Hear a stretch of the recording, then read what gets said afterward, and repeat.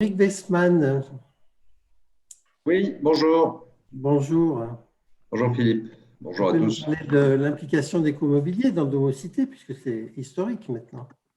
Oui, je vais dire un petit mot. Donc, je suis Eric Vespan, le directeur du développement d'Ecomobilier, et je proposerai à Benoît Godon, qui est le responsable éco-conception chez Ecomobilier, de prendre la suite, mais on sera rapide, Philippe, parce que je sais que ce qui intéresse nos participants, c'est plutôt le projet lui-même. Moi, je voulais juste rappeler que Ecomobilier, c'est l'éco-organisme de la profession sur la partie ménager pour tous les meubles des ménages, mais pas seulement aussi. Depuis quelques années, on est venu aussi aux professionnels. Je rappelle juste, Philippe, trois choses que nous faisons. Nous collectons et nous recyclons le mobilier usagé, 1 million de tonnes par an, avec 95% de performance. Nous prenons aujourd'hui de plus en plus le lien avec les détenteurs du déchet, que ce soit les particuliers ou les professionnels, pour pouvoir leur apporter le plus de services possible à proximité. Et puis, troisième levier grâce auquel nous intervenons auprès des entreprises, c'est l'innovation et l'accompagnement des entreprises, notamment sur les sujets relatifs aux matériaux, à l'éco-conception et à la durée de vie et à la fin de la vie des produits. On a, avec Domocité, depuis le début, beaucoup travaillé sur ces sujets, avec notamment la question de l'utilisation des matières premières recyclées dans les produits, la logique d'avoir des produits super modulaires pour pouvoir les réutiliser dans différentes configurations et que ce soit à la fois dans des environnements professionnels pour des marchés de contract ou dans des environnements plus de distribution générale. Voilà, et puis aujourd'hui, un sujet passionnant sur lequel Benoît va revenir, de surcyclage. Quoi qu'il en soit, ce que je voulais redire au titre d'Écomobilier, c'est le soutien qui est le nôtre, fidèle depuis toutes ces années.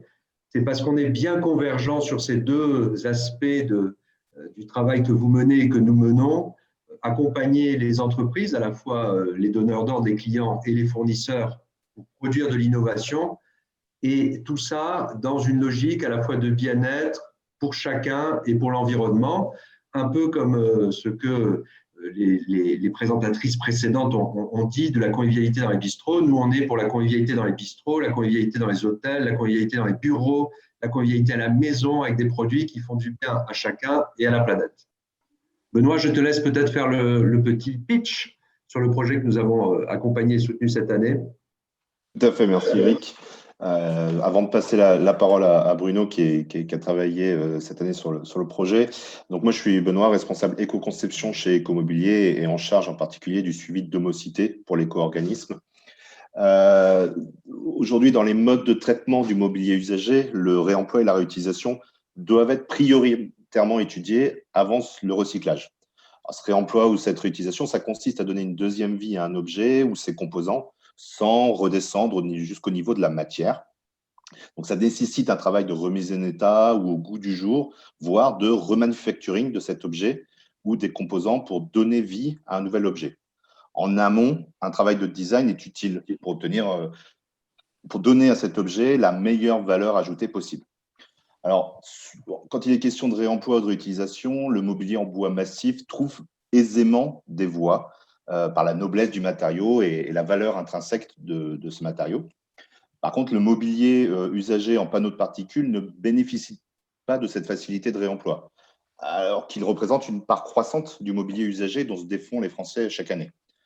D'autre part aussi, de nombreux fabricants de mobilier en panneaux de particules ont des chutes de production de panneaux issus de leur procédé de fabrication. Et des voies de valorisation sous forme de matière ou d'énergie existent, mais il peut être intéressant de développer des voies avec des boucles plus courtes par la réutilisation de ces chutes, plutôt que ces voies de valorisation matière ou énergie. Donc c'est pour ces deux raisons que Ecomobilier et l'ameublement français ont missionné Bruno Lefebvre sur le sujet de la réutilisation ou le réemploi des chutes de production et du mobilier usagé en panneaux de particules. Donc là, je passe la main à Bruno qui va nous présenter ses travaux. Bonjour à tous. Donc, je suis Bruno Lefebvre. Certains d'entre vous me connaissent un peu. Ça fait quelques années que j'opère dans le design et dans le design de mobilier. Donc, quand je Philippe Jarnia et Benoît Godon m'ont proposé de réfléchir justement au recyclage ou à l'utilisation des DEA, qui sont les déchets d'éléments d'ameublement. On a essayé de tout de suite proposer quelque chose une approche un petit peu différente. Et donc, je vais vous partager tout de suite la première image. Une approche un petit peu différente, c'est-à-dire qu'on voulait vraiment avoir une approche qui soit au niveau de l'enjeu. Les enjeux sont colossaux, donc ça finalement c'est ce qu'on voit ici, c'est-à-dire que ça représente en France 1 million de tonnes les déchets d'éléments d'ameublement, donc c'est quand même vraiment colossal. On estime, alors ça c'est une estimation qu'on a fait nous dans l'agence sur les chutes de production. Bon, après il faut savoir qu'on travaille beaucoup dans l'univers du meuble et du meuble un peu industriel.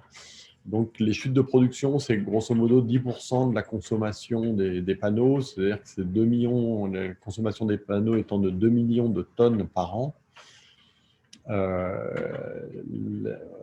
Ça veut dire qu'il y a 0,2 millions de tonnes encore qui se promènent. En face de nous, donc ce qu'on s'est dit, c'est qu'il fallait qu'on trouve un débouché qui soit au niveau de ces déchets.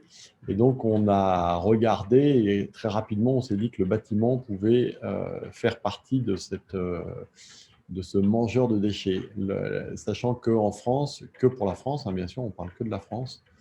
Après, on pourrait aller un petit peu plus loin, bien sûr. Mais la construction annuelle, c'est 42 millions de mètres carrés, c'est 37 millions que pour le résidentiel, c'est 2 millions de mètres carrés de mobil-home, c'est 300 millions de mètres carrés de plaques de plâtre. Donc, c'est des chiffres comme ça qu'il faut avoir en tête. Et en face, si on prend toutes nos millions de tonnes de DEA et nos chutes de production et qu'on en fait des cloisons, on s'aperçoit qu'on en fait pour 120 millions de mètres carrés à grosse maille, hein, mais ça veut dire qu'on est dans des chiffres qui sont à peu près comparables, sachant qu'on est d'accord qu'on n'utilisera jamais tous les DEA pour faire des cloisons et il n'y aura jamais un tiers de cloisons des maisons qui seront faites en DEA. Mais on est parti de ça. Et on a abouti, alors je ne sais pas si vous voyez les images défilées, normalement oui. Oui, on les voit très bien. Voilà, parfait. Donc, l'idée, c'était d'arriver à des cloisons qui soient un système de cloisons un peu différent et un peu nouveau, mais en partant de déchets, bien sûr. Donc, on a défini un système de production, un style de production pour aboutir à un système, un style de montage. Et ensuite, on parlera un peu de l'analyse, je vous parlerai un peu de l'analyse du cycle de vie. Donc, la production, c'est assez simple, c'est de prendre des déchets qui sont toujours dépareillés, c'est-à-dire que les matières issues de la production ou des DEA ont des épaisseurs variables. Et donc, pour reconstituer une cloison, l'idée, c'est de déligner les panneaux en tasseaux et ensuite de les assembler pour générer finalement un panneau, comme on pourrait dire, en panoté, et en panoté abouté, d'ailleurs, dans ce cas-là, qui va pouvoir mélanger des épaisseurs différentes. Ces panneaux, on va ensuite les usiner. Donc, ces panneaux, on va les fabriquer à une longueur qui va correspondre à des longueurs de bâtiments, alors de bâtiments plutôt industriels. Alors, quand je dis bâtiments industriels, c'est par exemple les maisons à ossature bois. Une maison à ossature bois, ça se construit au centimètre près. Une maison en agglo et en traditionnel, on a le droit à 5 cm par exemple de hauteur sous plafond d'erreur, on a le droit à 5 à 10% je crois d'erreur de surface. Oui, donc le bâtiment est très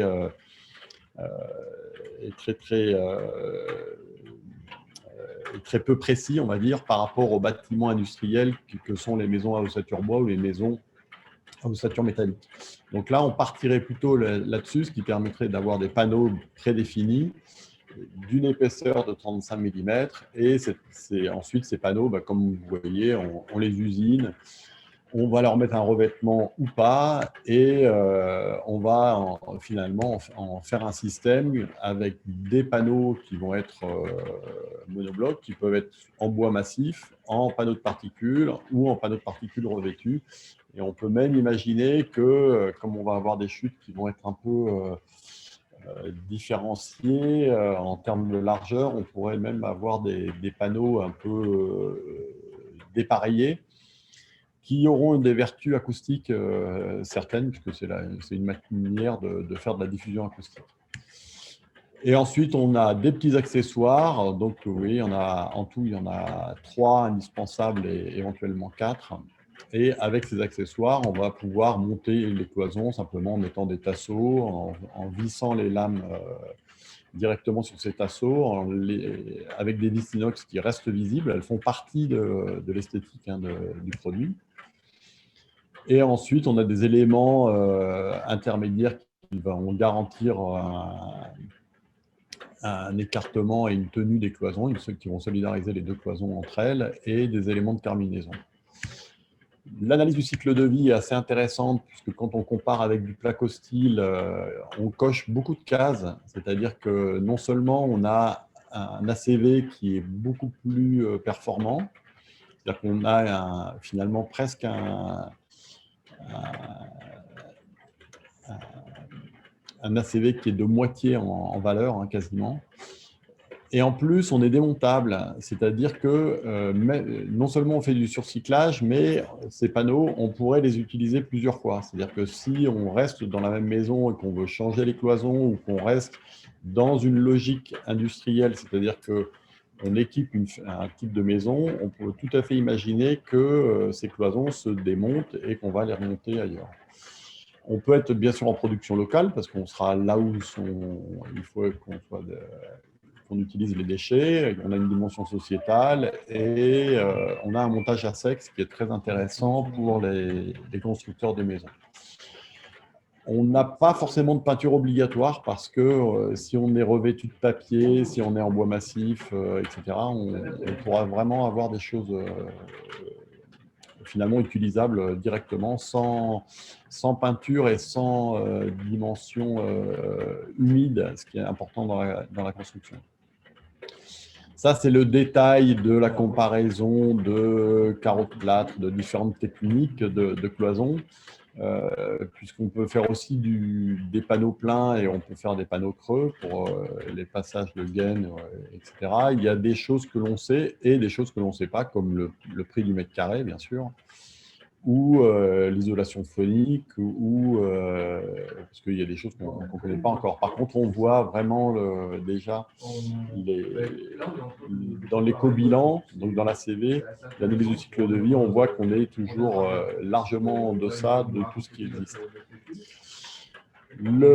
Et ensuite, donc on peut imaginer différentes compositions, et on aurait des cloisons qui vont être de ce style-là, soit en bois apparent, soit en bois revêtu. Alors, soit nous, ce qu'on imaginait, c'était même le revêture de papier craft, d'un papier un peu technique, qui va améliorer notamment les émanations de COV, la tenue, et puis qui peut aussi masquer partiellement les défauts, mais ça sera toujours partiel, c'est-à-dire qu'on verra toujours les lames verticales et les assemblages, et ça on y tient, parce que finalement ce sera la signature de cette cloison. Aujourd'hui, alors on n'a pas fait de prototype. On a fait simplement des présentations à des utilisateurs ou à des constructeurs potentiels. Donc, il y a beaucoup d'intérêt. Comme on dit, ça coche beaucoup de cases. Maintenant, le chemin est encore long, puisque c'est une vraie innovation et qu'il faut qu'on travaille à la fois sur les gisements, le traitement de ces gisements, l'assemblage, l'usinage et les vertus d'une cloison comme celle-là, qui semble importante, c'est-à-dire en termes d'acoustique, par exemple, ça semble être très performant, mais bon, tout ça, ça reste encore à développer et à valider. Voilà. J'ai terminé. Si vous avez des questions, je vois qu'il y a eu des questions, mais je ne sais pas si Philippe, tu as… Je n'ai pas pu lire en même Oui, temps. il y a une question sur les COV. Alors, ouais. les COV, c'est bien sûr une question importante. Il y a deux choses. Un, les panneaux émettent toujours du COV tout au long de leur vie, mais bien sûr de manière décroissante. Oui. Donc ça, c'est la première chose. Automatiquement, si on est dans des DEA, on aura moins de COV. Oui, parce que je crois qu'il y avait un délai de, je ne sais pas, c'est pas 28 jours de dégagement. Oui, mais donc à partir du moment où on a un panneau qui a vécu 20 ans dans une maison, on va dire que même si on le coupe en deux, il va quand même beaucoup moins émettre. Et après, moi, je suis pas médecin, je ne suis pas chimiste, je ne suis pas ingénieur en qualité de l'air. Donc, évidemment que tout ça, c'est des choses qu'il faut valider. Et c'est pour ça qu'on a aussi imaginé une solution avec un revêtement. Tout simplement, parce que si on voit que c'était trop horrible, il faudra forcément faire quelque chose. Il y a sûrement aussi des utilisations qui seront, il y a peut-être des utilisations qui ne seront pas possibles parce qu'il y aura une émanation toujours un peu importante. Mais aujourd'hui, voilà, c'est pas facile de donner de s'arrêter là-dessus, quoi. Bruno, oui, c'est Benoît de chez Ecomobilier. Je confirme que les panneaux qui ont déjà vécu ont un niveau d'émission qui est quasi négligeable. C'est-à-dire que là, effectivement, les COV qui étaient contenus dans le panneau ne sont plus présents au moment où on la réutilise. Et c'est même probablement le cas déjà pour les chutes de production. Donc pour le mobilier usagé, c'est une certitude. On pose la question de l'assemblage des éléments, c'est de la colle? Alors, aujourd'hui, on pense que le plus simple, ce serait de la colle. Voilà, c'est évident. Après, il y a des colles vertueuses.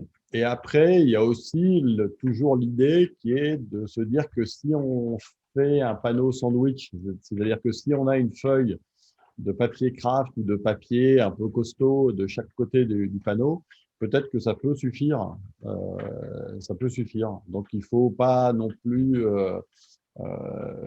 voilà, il ne faut rien éliminer, mais c'est entre guillemets en créant les prototypes, ce qu'on a prévu, ce qu'on imagine pouvoir faire l'an prochain, qu'on va valider le fait de l'indispensabilité du collage ou pas.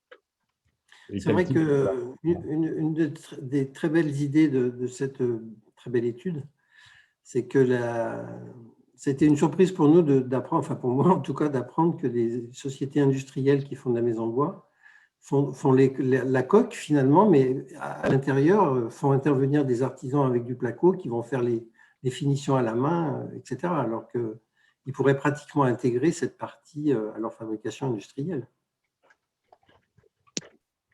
Effectivement, la construction bois va de plus en plus vers du préfabriqué pour être posé comme ça. Donc là, on a une solution qui rapproche la philosophie de la construction bois de plus en plus, donc avec une préfabrication en usine et une pose facilitée sur chantier dans une voie sèche dont nous ont parlé les quelques entreprises qu'on a contactées qui semblent fortement les intéresser. Donc, les premiers contacts ont été avec des maisons de construction bois industrielle. Un des avantages, c'est qu'elles sont réparties dans le territoire français et que la démarche, elle a vocation d'être comme ça des spots qui peuvent exister dans différentes régions, parce que l'idée, ce n'est pas forcément d'emmener des chutes et des retours à faire des centaines de kilomètres, hein, on est bien d'accord.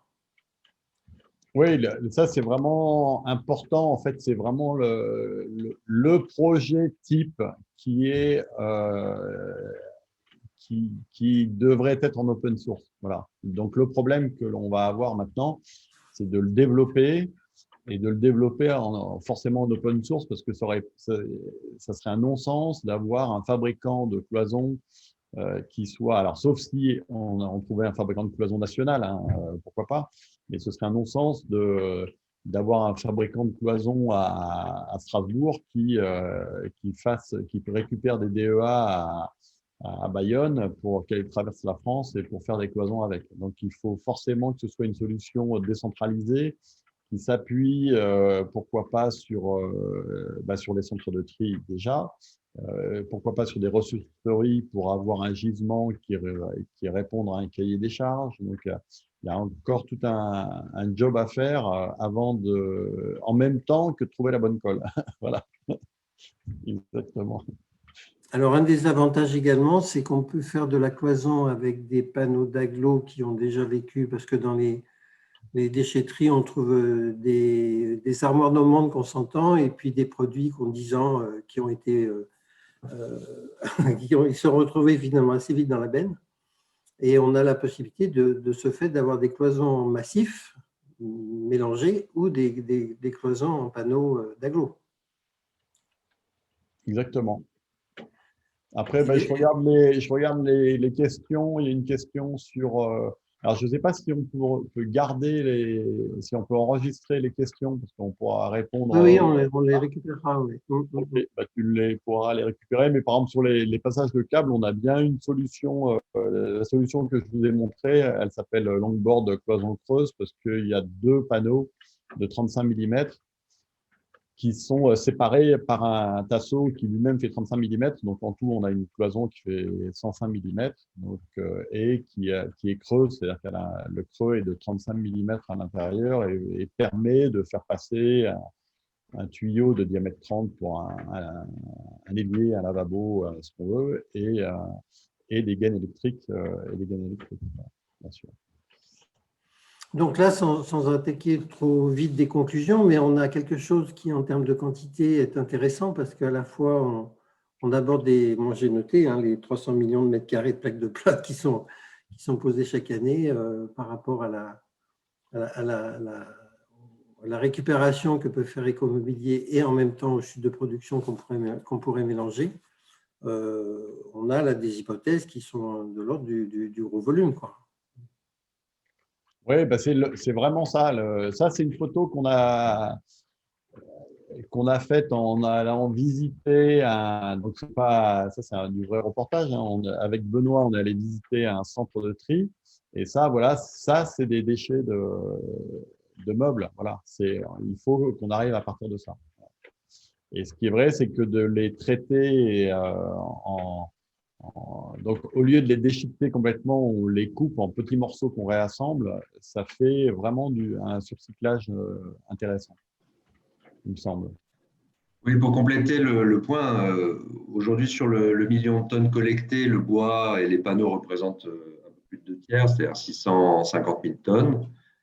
Sur ces 650 000 tonnes, il en transite un peu par les ressourceries, ce que vous disiez tout à l'heure, probablement 30-40 000 tonnes. Tout le reste est collecté, est trié, est envoyé pour être préparé en vue du recyclage. Donc, c'est vrai que si on faisait la preuve du concept, il faudrait que plus tôt dans la chaîne de captation du déchet, on puisse réorienter ce qui n'est pas encore envoyé vers le recyclage et qui peut être éventuellement bon pour un autre usage en tant que matériau. Il faudrait capter ça à ce moment-là pour pouvoir l'orienter vers les filières. Ce qu'il faut avoir en tête, c'est qu'on a besoin à la fois de faire la preuve du concept sur le plan technique et la preuve du concept sur le plan économique, parce que cette étape préalable de captation et de réorientation aura forcément un coût, et ce coût, il faut qu'on l'évalue pour voir si le bénéfice qui est en face est aussi élevé, aussi important. Mais pour la filière de recyclage, c'est une piste qui est très intéressante.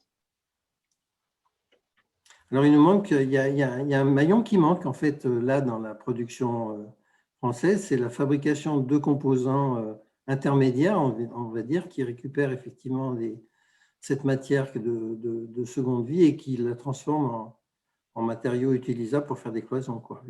Aujourd'hui, ça n'existe pas. On a des fabricants de panneaux d'un côté, des utilisateurs de l'autre, mais on n'a pas ce type d'industrie qui va forcément voir le jour, hein, certainement. Mais il faut trouver des investisseurs, des gens intéressés. Pour ça, il faut trouver les marchés, quoi. Voilà.